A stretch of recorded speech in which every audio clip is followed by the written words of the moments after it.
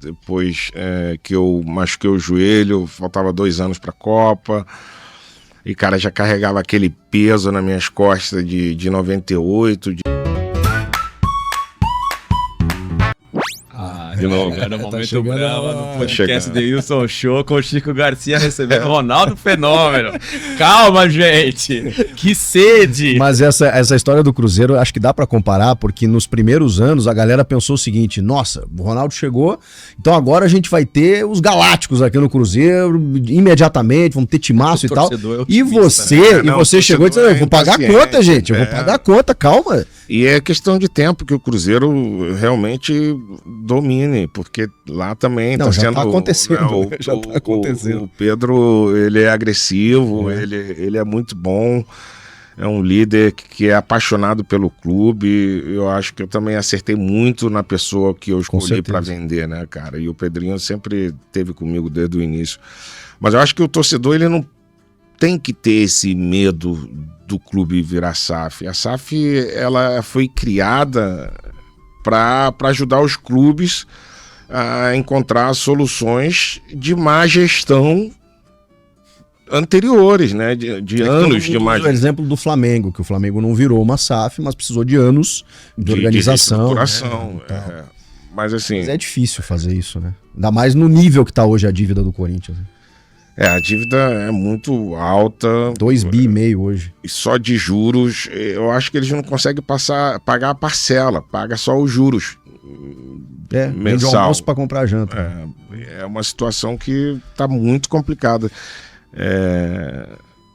E dentro de campo também não está lá grandes coisas, né? Que possa gerar grandes receitas, enfim, aí confusão de polícia, enfim, tá um momento muito complicado e eu sinto muito pelo Corinthians, pela torcida corintiana que tenha que passar por esse momento, né, cara, porque eu participei dessa reconstrução do Corinthians em 2009, né, 2008 já ganhou a Série B, 2009 eu cheguei. Pô, a gente treinava lá no Parque Ecológico e não tinha nem lugar para trocar de roupa, enfim, aí foi feito o CT, depois veio o estádio que a gente não tinha e era uma coisa que o torcedor sentia falta pra caramba e tinha tudo para continuar crescendo e agora uma crise institucional muito pesada. Vamos ver o que vai acontecer lá nos próximos capítulos. O povo fala. Tem mais uma pergunta pro Ronaldo Fenômeno. Aquela é muito corintiana, ela perguntou qual foi o gol mais marcante dele pelo Corinthians. Agora, outra pergunta que eu tenho pra fazer aqui, qual foi a sensação de levantar a taça de 2002? Ali, porque é uma das coisas uma coisa marcante pra mim. Eu lembro até hoje, ele, o Cafu, o pessoal, deles voltando. Qual foi a sensação de ser, tipo, o cara mais foda do Brasil naquele ano ali, de fazer? Essa é a minha pergunta. Vou perguntar pro Cafu também, como é que foi o Cafu levantar a taça lá? Cafu 2. Jardim Irene. Regina, te amo. Agora moiou, né? Agora... Quebrou, Denilson. Moiou agora. Não, tudo bem. Foi o que ele disse lá na época, tá tudo bem.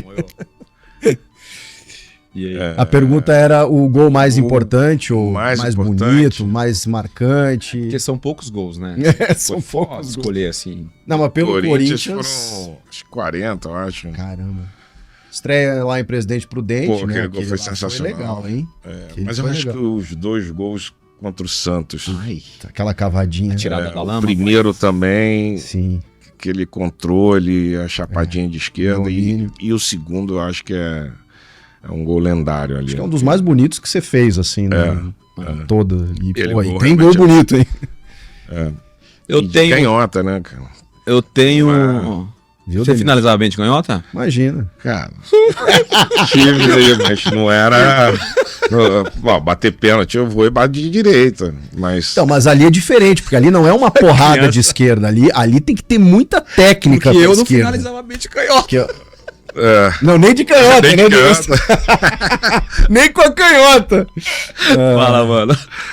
Não, porque eu tava falando que o de esquerda da cavadinha ali, não é, por exemplo, você dá um chute forte com a perna, eu como joguei, posso falar, né? Você dá um chute forte com a perna esquerda e tal, ali você tem que ter muita técnica também com a tua perna, que não é a preferida, né? Porque ali você dá uma cavadinha, o que a gente tá falando por cobertura no Fábio Costa, você dá uma cavadinha na velocidade e no tempo correto de encobrir e entrar no gol. Além da técnica que muita gente pode ter, é avaliar em questões de segundos a situação inteira, né, cara? Eu tava vendo o Fábio Costa várias vezes adiantado durante o jogo.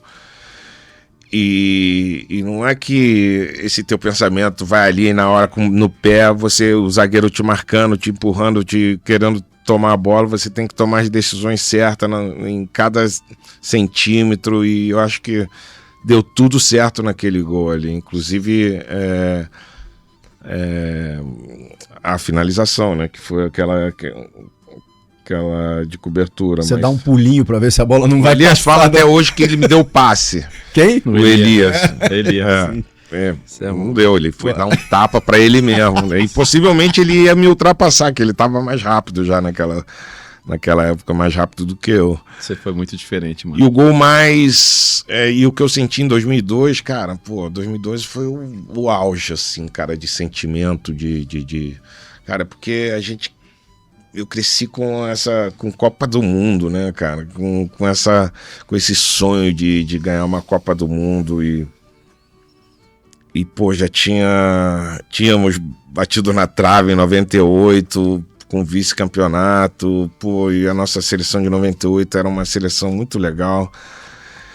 E aí 2002, finalmente a gente conseguiu aquilo, nossa, foi uma das melhores sensações, assim. E os próximos, os 5 dias seguintes também foram, do que eu lembro, foi muito legal também.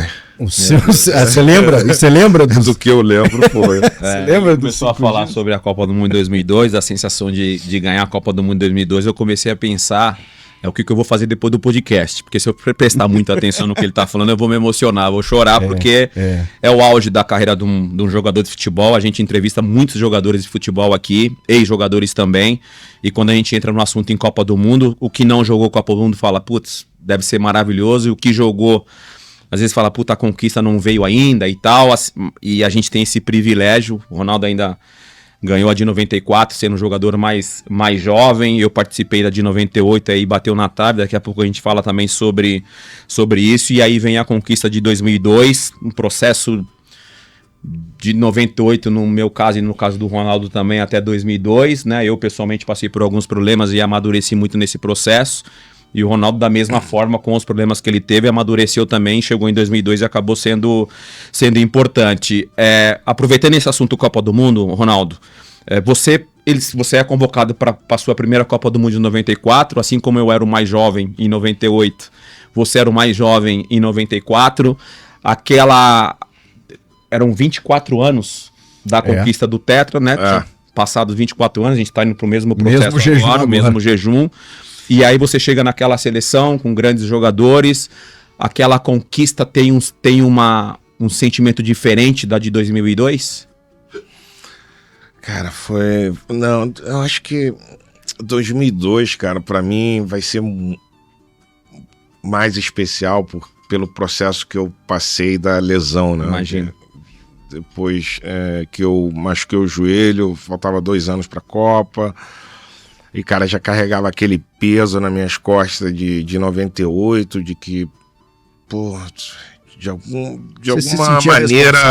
alguma maneira, 98 eu influenciei no resultado final, né?